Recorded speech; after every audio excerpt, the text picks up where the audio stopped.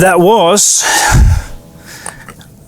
my version of the Beatles' Revolution. This actually has a story that goes back to Sir Ken Robinson. He was a frequent visitor here in Sydney, and last year I had the honor to speak in the same conference here in Sydney, and the conference organizers. They came to both of us about the day before the conference, and they wanted to have a song that we wanted to, each of us separately, of course, wanted to play when we are invited to the stage. And Ken Robinson said immediately that it's the Beatles' Revolution #1. And so it happened. And of course, anybody who is familiar with the Ken's history and time when he was in the school, you have heard this story. But this is one of those great stories that Ken often told, is that he went to school in Liverpool, and in the same school where he went, there was also somebody called Paul McCartney.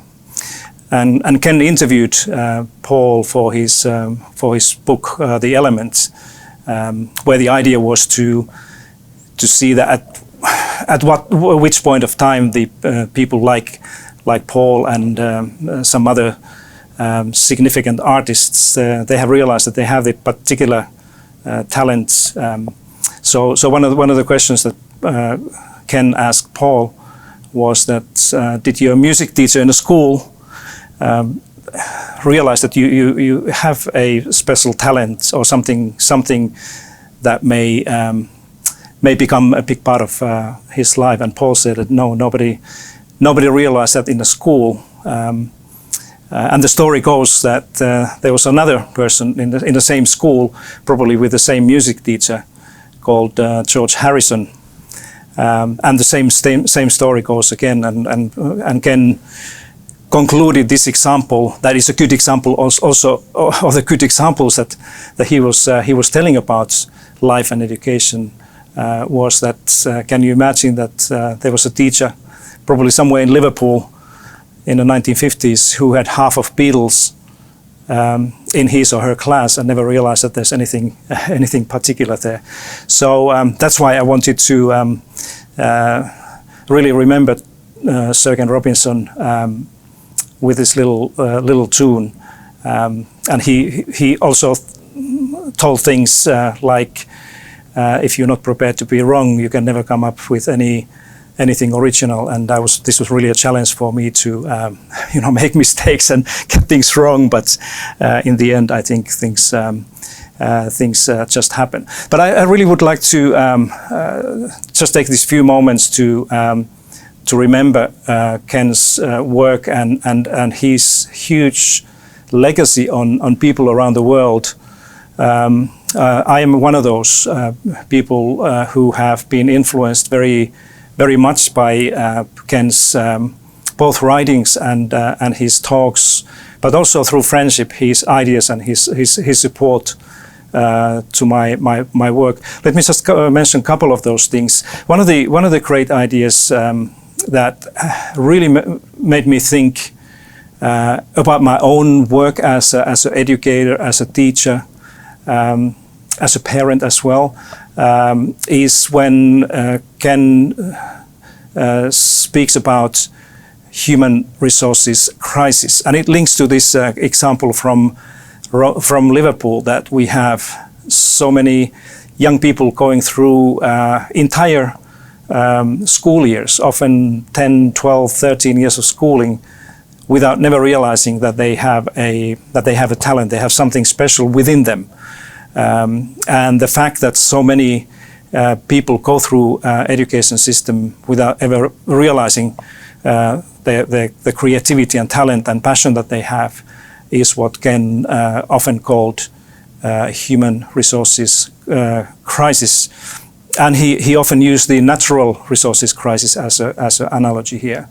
So, this was important for me because I started to think about my own years of being a teacher in Helsinki, Finland, and I was thinking about all those students who, many of them actually became something special, that they had this talent, but the school, including myself, I was teaching mathematics and science for these young people, that we were not prepared to identify and figure out or help these students to find their talents and their element, as Ken is calling that.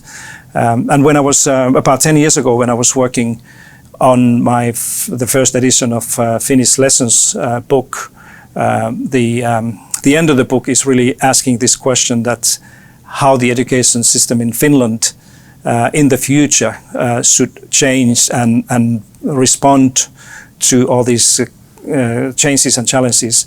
One of those things that I really learned from Ken was that the school system in Finland and everywhere else should be designed and redesigned and reformed in a way that it would be doing better job in helping each and every young person to realize what their talent is, whether it's a music or mathematics or arts or sports, whatever it is. But the focus should be much less on reaching the common standards that can be important as well, but more shifting towards helping everyone to realize that they have the world within them, and it's often so powerful that it can help you to make a good life for yourself and people around you by doing that. The other thing that is probably one of those areas that people less connect to Sir Ken Robinson, and it's the importance of play. And this came very concretely to my attention in 2016, about 5 years ago, when the Lego Foundation, that is one of the strongest and best advocates of play and learning through play, decided to give the 2016 Lego Prize to me. And before that, I hadn't really paid that much attention or worked on play, but I wanted to see who are the other people before me who have been awarded this very prestigious Lego Prize. And just 5 years before that, it was Sir Ken Robinson, and that immediately elevated the value and importance of this recognition for me. And it was such an important moment in my professional life that I not only that I wanted to see more closely what Sir Ken Robinson thinks about the importance of play and power of play, but what the research and other people have done on that field. So this is where where my work on play really started, and Ken has been really a kind of an influential guiding mentor in many ways for me in that research and writing, and this book that was published last year, Let the Children Play. We are so honored to have a foreword from Sir Ken Robinson here, and what a wonderful way of writing he again is showing in this little piece that is a kind of a lead to this work that we spent many years to kind of gain a better understanding why play is important.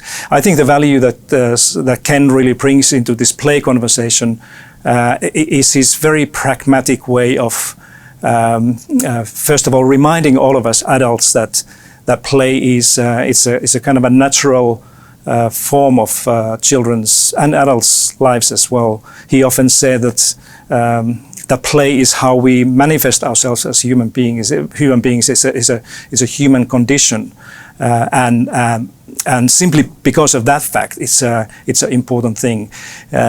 Ken was really worried about the decline of play, that the children are playing much less than they used to. It's exactly the same similar conclusions that we have made in our own research and in this book.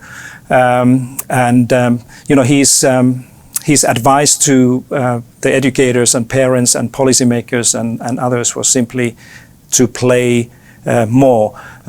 Ken was using the word real play, that for him meant free, unstructured outdoor play. That also for me now is the highest order, the kind of ideal form of play. Whenever you can do that, just go outdoors and go outdoors and play. But overall, when I think about Ken Robinson and his contribution to education, creativity, learning, future of schooling, and many other things, is simply this: that he had an extraordinary skill, an ability that very few people actually in my trade has, to communicate complex ideas of education and learning and creativity and change in a way that people understood what he was saying. He was able to communicate to wide range of audiences, not just educators and like-minded people, but he was able to speak the language that everybody understood. Just as an example, just look at his speech or talk when he's talking about the two paradigms in education, and how is it important to shift from this standardization paradigm to the creativity.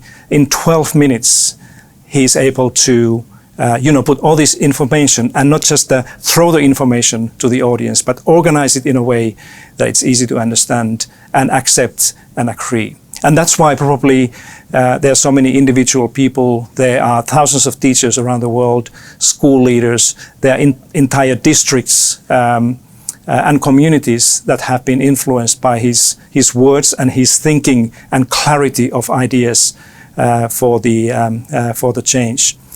I have been particularly honored also to know Ken Robinson for many years and work with him in different parts of the world. And one of those things that has really touched me, and I appreciate a lot his help in my work and our books that we have been publishing about play and education. I would like to close here by just mentioning that